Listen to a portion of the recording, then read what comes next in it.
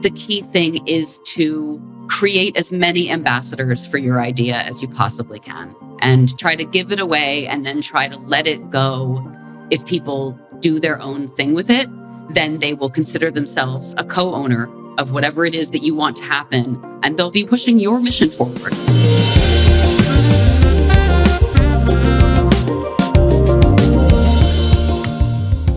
Before we officially kick off the season, we thought you should get to know your hosts first. I'm Jeff Walker, investor, philanthropist, jazz lover, and long-term meditator. For the past few years, I've become fascinated with leaders who rally people towards scalable, sustainable, and systemic change. People with managed egos who know they don't have all the answers. As a fellow catalyst, Jeff and I started working on projects in the community health space. I'm English Saul, by the way. I also happen to be a data nerd who runs her own tech company and a part-time alpaca farmer. When I met Jeff years ago, I quickly learned that he is a get-stuff-done kind of guy and is a great connector to extraordinary people like Tulane Montgomery. That's me, Tulane. I'm the CEO of the venture philanthropy New Profit. I'm also a musician, an organizer, and above all, a true believer that a better world is possible.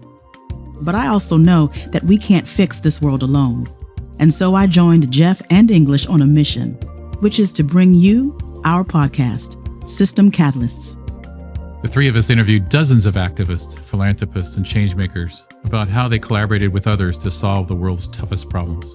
And we have been given the tremendous honor of telling you these stories. So let's get started.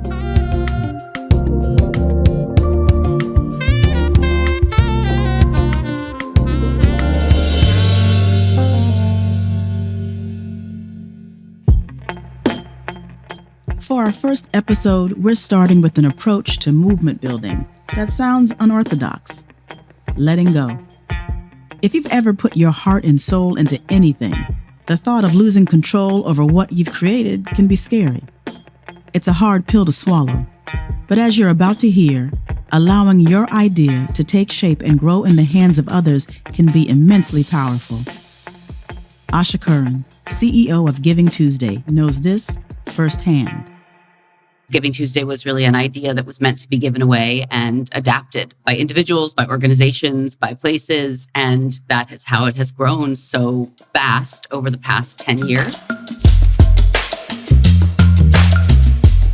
Whether you've seen it as a hashtag or you have the habit of donating right around the holidays, chances are you've heard of Giving Tuesday. It's a day in the year when people pay it forward. In 2022 alone, Giving Tuesday raised a record-breaking $3.1 billion in 24 hours. Yes, that's billion with a B. Such impact is the result of a year-long effort by a network of leaders around the world, spanning across 85 countries. But like every movement, an idea had to take root. And for Giving Tuesday, it all started in 2012. We were trying to get as many organizations to hear about it and commit to doing something on the day as possible. Our goal was actually 100 nonprofits. We wanted to get 100 nonprofits to commit to doing something on the day. When we launched Giving Tuesday, we launched it with only 60 days notice. At the time, it was a little hectic. In retrospect, it was a really great idea because it entered the world, I think, with such purity of concept, and it didn't have time to be grounded into mush by committees of approvals and bureaucracy and so forth.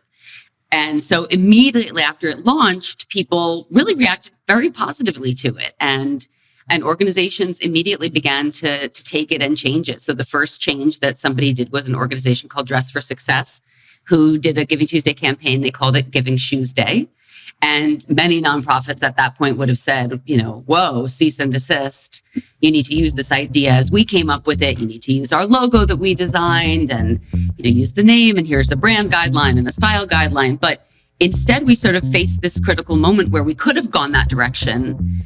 But what we did instead was to celebrate and amplify that change.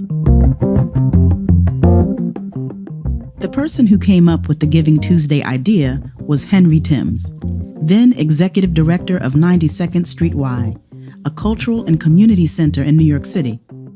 Henry thought that after Black Friday and Cyber Monday, 2 days focused on consumption thought people might be interested in giving back.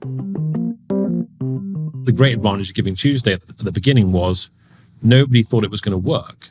So there's something hugely liberating about ideas that no one thinks is going to work, because if you try them and you fail, all that happens is a couple of clever people say, well, I was right again about it not working. But you don't lose anything because you just tried something and it didn't work. Today, Henry is the president and CEO of the Lincoln Center for the Performing Arts in New York.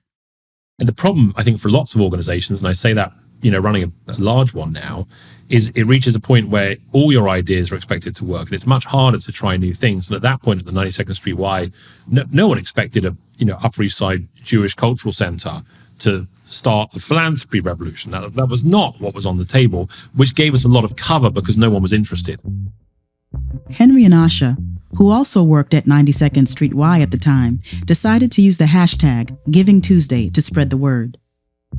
Believe it or not, and many people weren't, this is absolutely true, there was a big debate about whether people would know what a hashtag was when we launched Giving Tuesday. I remember people saying people are going to think it's something to do with telephones, because back then the only time you would see a hashtag was on a payphone. And of course, in the early years, we were quite insistent on the hashtag because the hashtag was saying something. It was saying this is not business as usual. There's something new about this. And so I think there was something about it was a shareable idea in its DNA. The hashtag worked as a way for organizations around the world to build their own narrative about the meaning of the day. That first year, nonprofits received a total of about $15 million in giving. This was a 50% increase from the same day the previous year. To continue growing, Asha and Henry allowed people to adapt the concept of Giving Tuesday and to make it their own. It was like, oh, we got this call from somebody in Brazil, this kind of cool guy who runs the, fundraising association in Brazil, really likes the idea of Giving Tuesday, wants to adapt it there. Got another call from the Charities Aid Foundation in the UK. They want to take it there. For us, it was certainly like, yeah, do it. Like, we have this great idea. It's going to spread in Brazil. It's going to spread in the UK. And oh my gosh, here's all these other countries as well. Of course, the people who live in those places should lead those efforts. I don't mean to say that we were flighty or made decisions lightly, especially if they could impact people's lives. But it seemed just like an absolute basic truism that somebody in Ukraine, somebody in Tanzania, somebody in Colombia would know how to inspire generosity in those places. But Asha and Henry didn't always recognize how important it was to keep the movement organic. We were aggressive for a hot minute a few years ago. And I like to talk about this because I like to be really honest with myself and everyone else about when my strategies fail. And there was a kind of very specific moment. I want to say it was maybe 3 years into Giving Tuesday, where it was really clear that the global spread was going to be significant. The money was also growing in just extraordinary ways, by which I mean the amount that was donated to nonprofits in the United States on the day itself. And the work was becoming more year round, right? So those people who raised their hands were working on Giving Tuesday, not just in advance of the day itself, but using it as a platform for innovation and creativity around giving and generosity all the time. So I even bought a physical map of the world and I put it over my desk, and I bought different colored pins, and I had my global community manager. This was back when we were at the 92nd Street Y. And I sat with her and I said, okay, we need to map out where we already have representation and where we need it. And using these different colored pins, and because I wanted, proper representation in the global South and in the Middle East and all of these different places. And then her job was to sort of research the most appropriate Giving Tuesday leaders in those regions. It was such a failure. It just didn't work at all. And we just and I realized I was betraying our own principles, which are really all around hand raising. And, I think there's lots of things that make a movement, right? Henry says it's a movement if it moves without you. And there's lots of definitions of movements, and any definition I've ever heard, Giving Tuesday is one. And, I think one of the things that makes a movement is that people enter it, whatever the movement is, out of a place of real deep belief and passion, right? And that's what makes movements radical. That's what makes them about systems, is that they really come from a very deep, heartfelt its soul felt place in people because they care, right? They care really deeply about whatever the movement is about. And the hand raising strategy is really based on that knowledge that you can't just find someone on a piece of paper. They really have to step forward because they believe it. And you're never going to know that just by seeing someone on LinkedIn.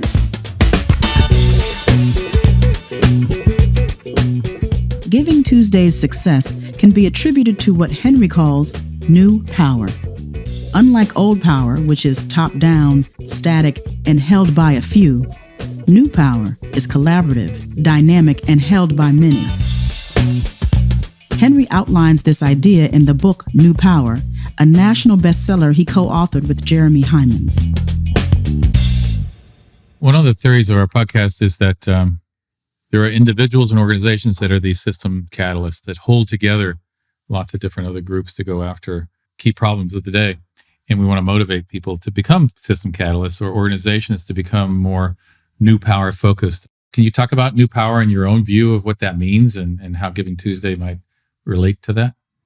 I think one of the great challenges of the nonprofit sector in particular is thinking beyond the boundaries of your own organization.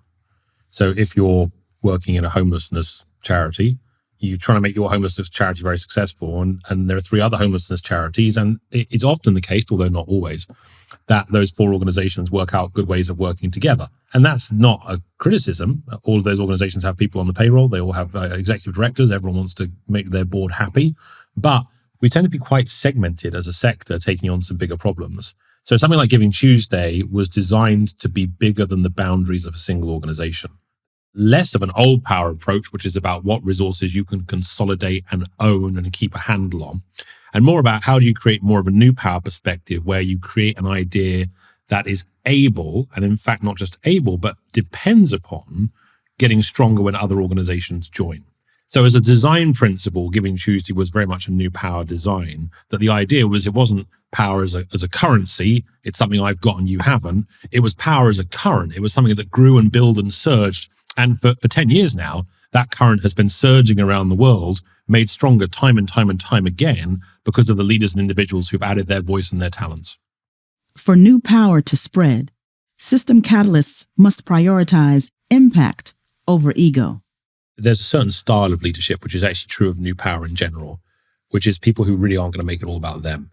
And the dirty secret, particularly of social entrepreneurialism, is it's become a bit of a cult. Right. So it's, dynamic individual X, who is a brilliant speaker, tells his story of his challenging crucible moment, which he finally saw the way in which we were going to transform problem B, through the efforts of the blockchain. Whatever the story is, it's that kind of narrative, which is the hero story. The hero is often a young white man with a big idea.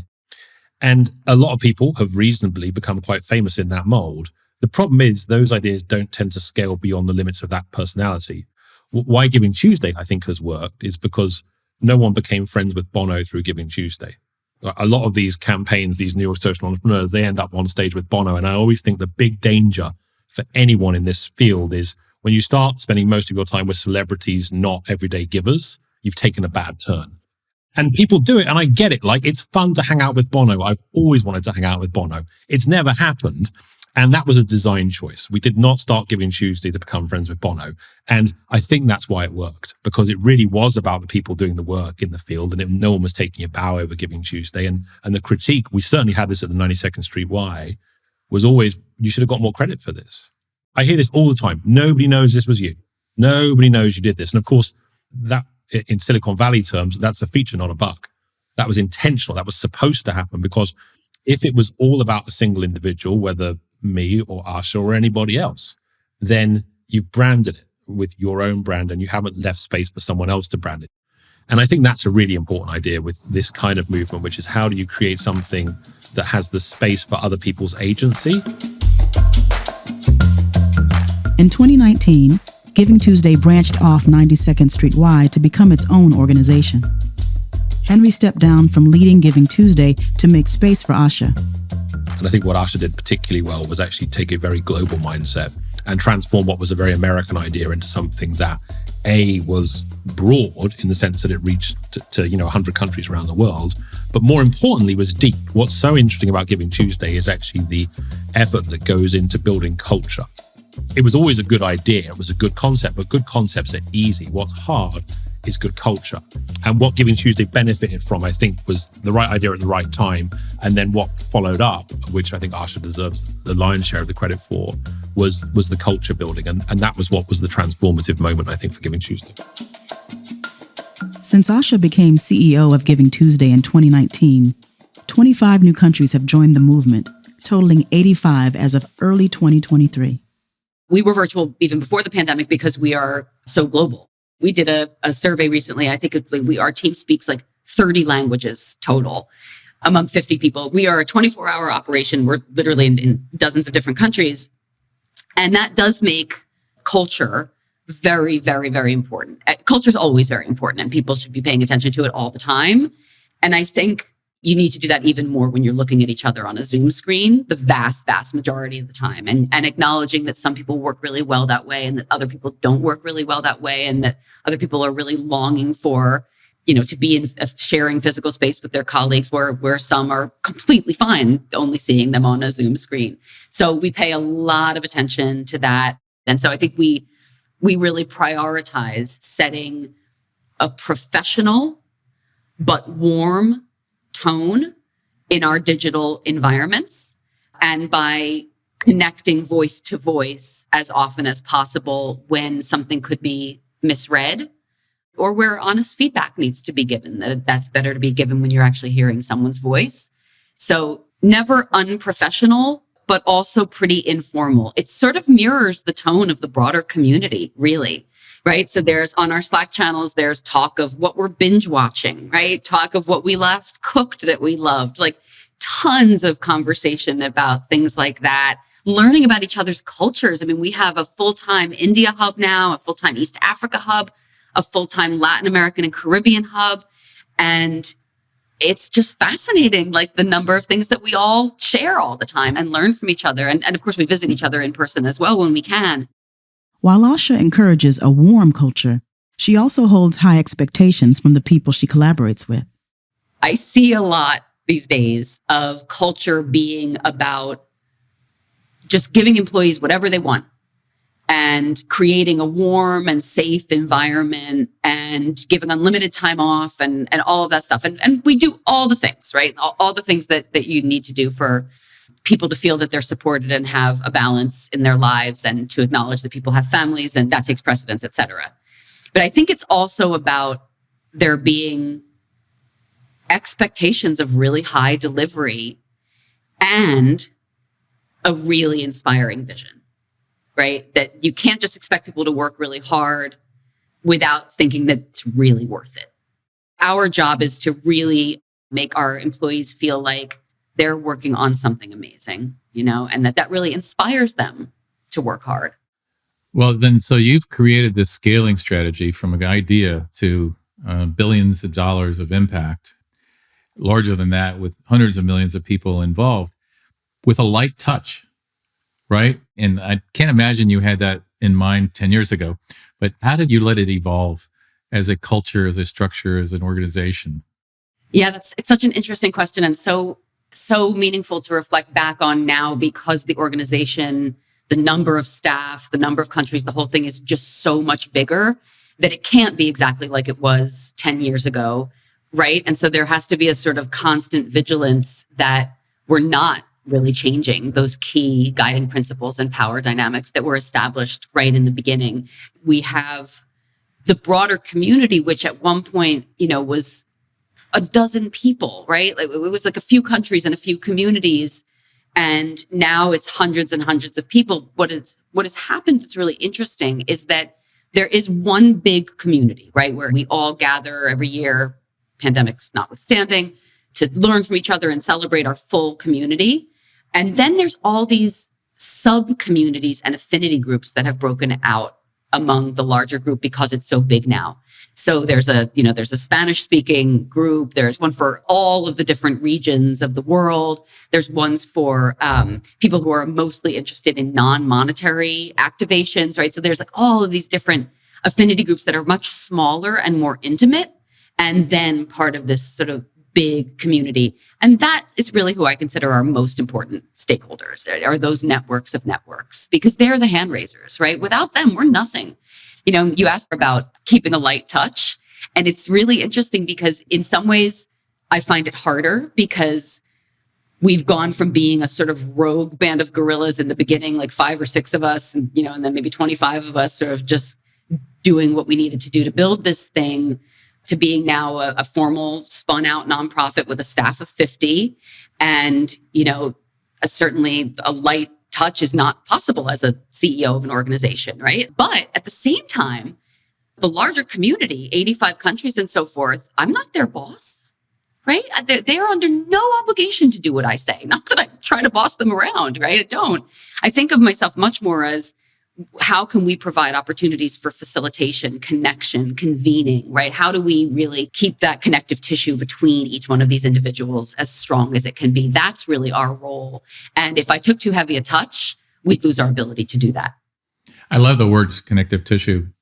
What do you use to do that? You have convenings, you have newsletters, you have shared lists, you have people gathering with each other. You create new ideas with Starling Collective and others. But, how do you think of that glue that kind of helps unify it all, and the things that you can do to make that happen? So the things that you mentioned are all tactical, and we use all of them. All the existing technology to keep people connected on a daily basis.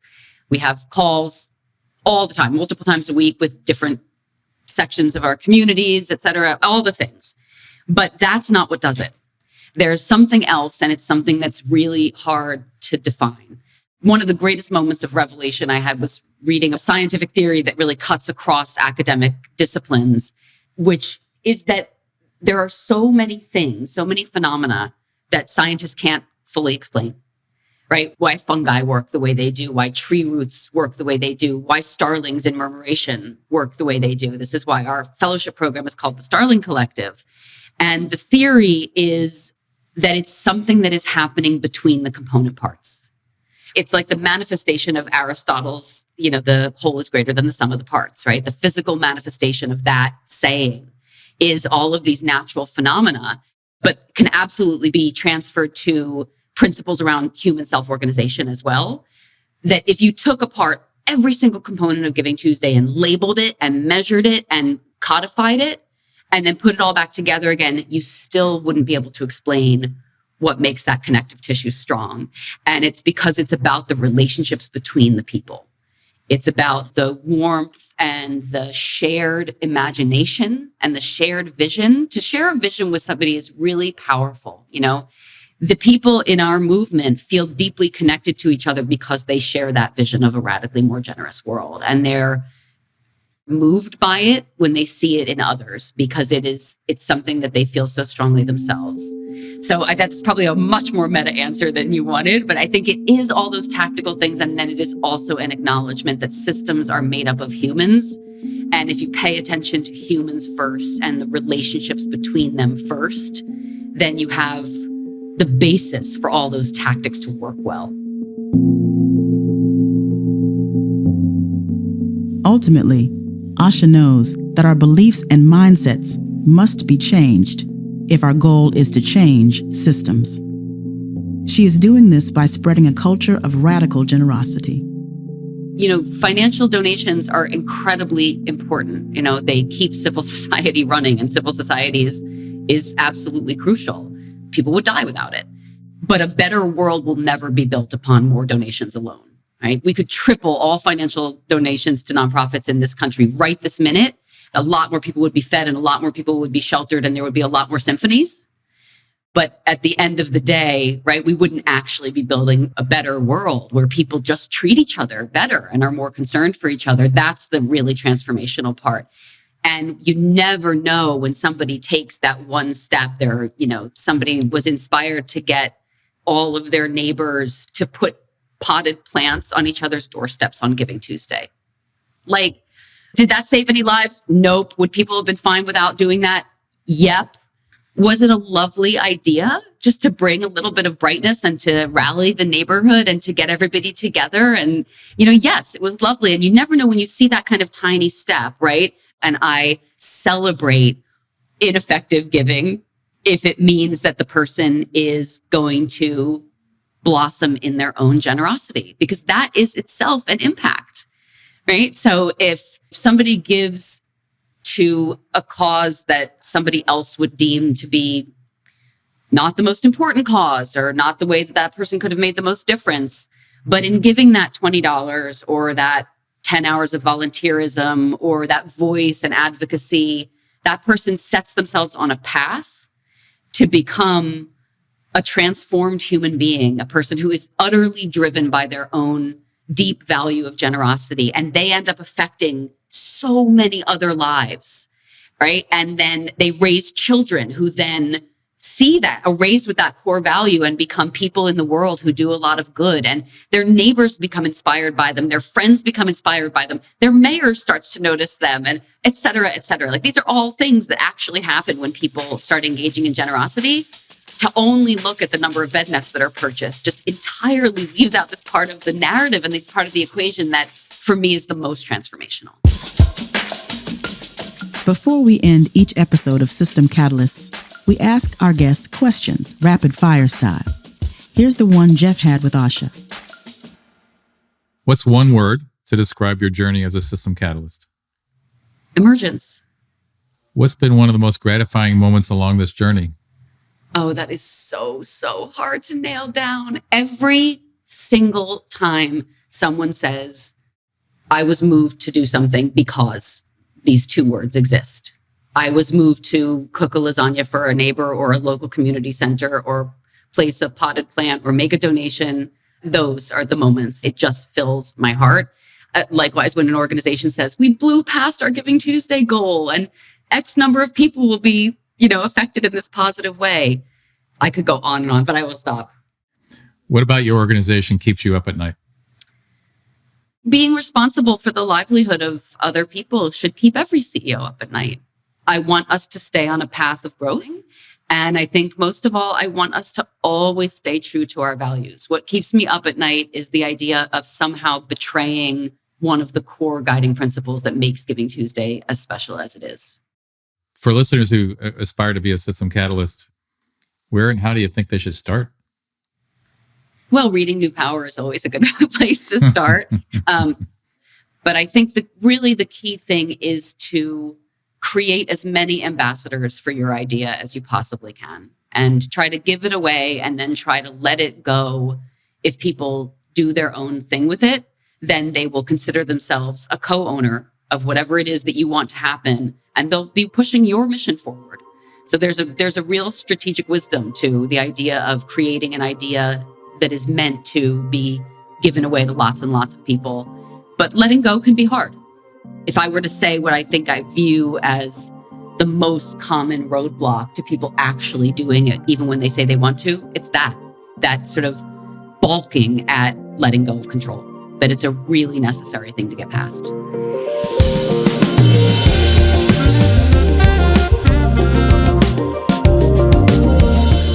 If you want to learn more about Giving Tuesday, head on over to givingtuesday.org. You can also visit our website, systemcatalysts.com, where you will find resources related to this week's episode. That's it for today's show. Please don't forget to subscribe to System Catalysts so you don't miss out on our new episodes. Also, do us a huge favor by rating our podcast and leaving us a review. Thank you so much for joining us, and we'll catch you all in the next episode.